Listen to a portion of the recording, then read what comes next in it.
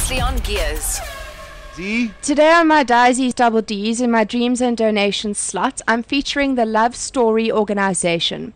As I mentioned yesterday, Luke Watson's lovely wife Elaine has established this organization and is trying to make a difference by helping those less fortunate around her.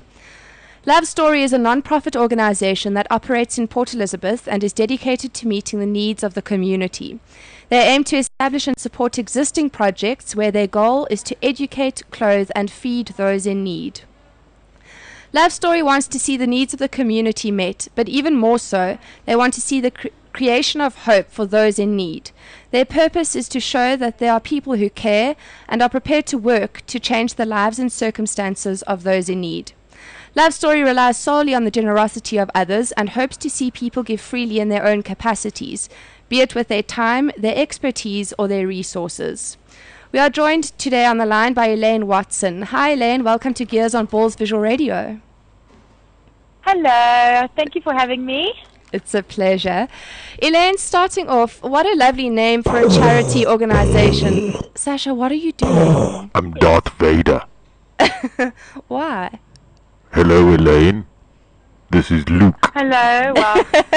Oh, that's funny. Okay. Scary. Yeah. Elaine, starting off, what a lovely name for a charity organization. How did the name come about?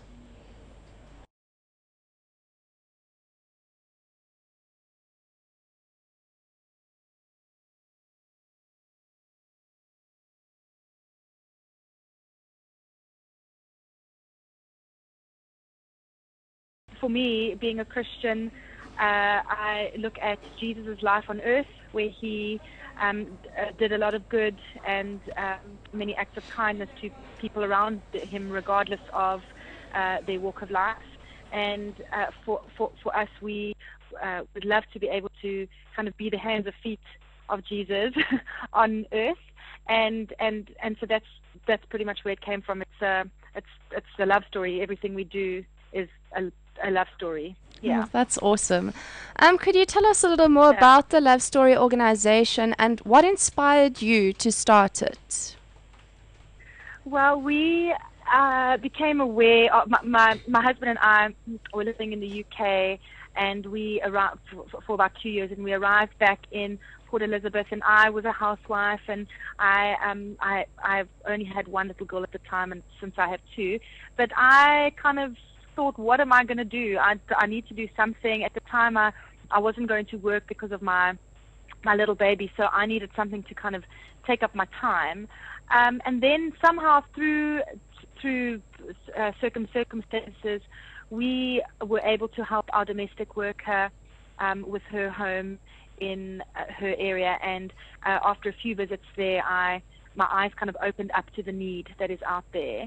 And all my life and all of Luke's life as well, we've always had a heart for the community, but there's so much need out there that it's just so easy to become overwhelmed by it, that you kind of you delay doing anything because you don't really know where to start.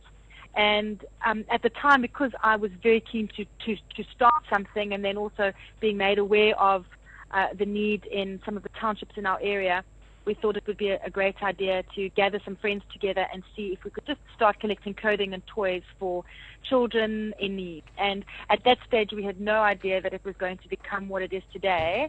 And we thought if all we could do is gather clothing and toys, then that would be enough. But since then, the feedback has been so amazing. We've now have moved far beyond just clothing and toy distribution to many other projects. And that's pretty much how we started. That's awesome. I know I've also been into the townships in Port Elizabeth, and it's when you go in there, it's just something you don't expect when you're not in the township regularly, and you see how much people really do need help, and the smallest things can just change their lives. Absolutely.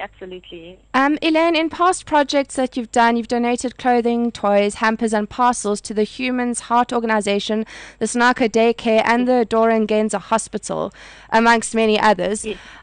What is it like seeing the faces of people less fortunate than us lighting up when receiving something that so many of us take for granted? Yeah, I think for us that's probably the main thing that keeps us going, and that keeps us determined to make a difference, because we know that in going into these places we're not, well, we kind of think we're not necessarily changing a life, because we're not moving them out of their circumstance, or we're not providing jobs for them, or we're not giving them money, all those kinds of things that you think would change a person's life. But for us, what's really inspiring is to actually just show those people that even just by giving a little of our time, that we actually care about them, and that kind of instills a hope within them. And where are we without hope? We know we're without hope. And for us, what has been amazing is actually just to see that people really do appreciate you. For instance, we came across a soup kitchen in one of the areas just outside of Port Elizabeth, and at the time that we came across it, it was I don't know how we came across it, because it's literally in the middle of nowhere. But we found this place where this lady was feeding about 100 kids every day, and was really struggling to keep it going. And the area that it operates in is very poor, high unemployment, high alcoholism, really, really a bad area. And every time we've now gone out there, we just invest a little more of our time and a little more of whatever we have. And it's moved from a soup kitchen to an established creche. We're sending the teachers off to be trained. We've supplied toys and educational equipment. We've renovated the creche. So slowly but surely we're doing things. And we've actually just noticed every time we go out there, the people there are wanting to better their situation, because from what it was when we first found it a few months ago, to just all we've done is really just shown them that we want to help them in whatever way we can. We actually see that the owner of the soup kitchen decided, you know what, now I see that there are people investing in me. I want to do something better. I actually want to start a creche here, and I've actually just come back from visiting them now, and just going in there to see what it's become, not only because of us, but because of them. We gave them hope, and so they now want to better their situation, so that to us is something that inspires us. Well, that's fantastic, because through time, the community will get better and better and stronger, and people will be able to help each other. Yes, and they start empowering themselves. Yeah. That's one of the projects you're busy with at the moment. What else are you involved in? So we do a city feed. It's a soup kitchen for homeless people in the city centre. We run it twice a week on Tuesday and Fridays. We feed up to 100 people every time, but every week we go, the crowds get bigger, which is good. And so we also do a lot of clothing and toy distribution in the needy areas through creches. We then also do hospital handouts, where we go into maternity wards or pediatric wards, and we hand out what new moms might need for their babies. And then we do a lot of community upliftment projects. At the moment, we're rebuilding a shack for a family in Walmer Township whose shack burnt down. So it's a little bit of everything. We try not to turn away a need, and if we can't meet that need, then we'll redirect it to another organization that can help. How can the public get involved and help you? So we rely very much on the public support for everything we do. We don't have any regular any regular sponsorships happening at the moment, because we are still quite new. We've only been in operation since since November last year. So we rely on donations of clothing, toys, baby products such as nappies and wipes, blankets, whatever you can use for a newborn, because we do a lot of handouts at the maternity ward. Just last year, I came across a lady. I gave a parcel to her, and her baby was wrapped in a towel, and she had nothing for her baby. And she said this is the first thing she's received for her baby. So there's a great need for baby products, and then non-perishable foods. For the creches where we're involved in a lot of different creches, so the kids need sustenance during the day. And then also we need people to help us with our city feed, so that's either on a volunteer basis to help us serve food or to cook pots of food. That's awesome. When I'm back in PE, I'd really love to meet up with you and go to one or two of these places. That would be lovely. Elaine, it was so nice chatting to Luke yesterday, and he told us that he also supports you and helps you with his charity. Does it add impact having his support? It does. It definitely does.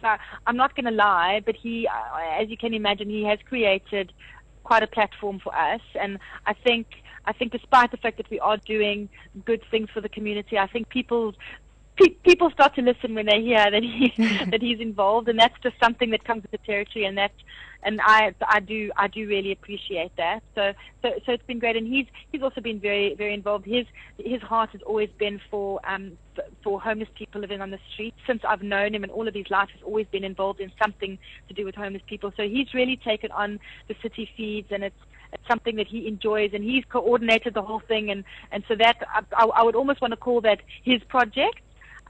But obviously Love Stories come alongside and facilitated that. But it's great having him on board and involved. And he's always had such a good heart from when he was a young guy. Finishing off, could you give us your website address, and how can people follow you? Do you have a Facebook page? Yes, we've got a Facebook page. So firstly, our website is www.lovestory.org.za. And then our Facebook page, that's a really good way to keep up to date with everything we do. We have updates daily about our projects, and it's easy for people to know what we're doing. And that's www.facebook.com/Love Story Go and Do the Same. All one word. Love Story Go and Do the Same.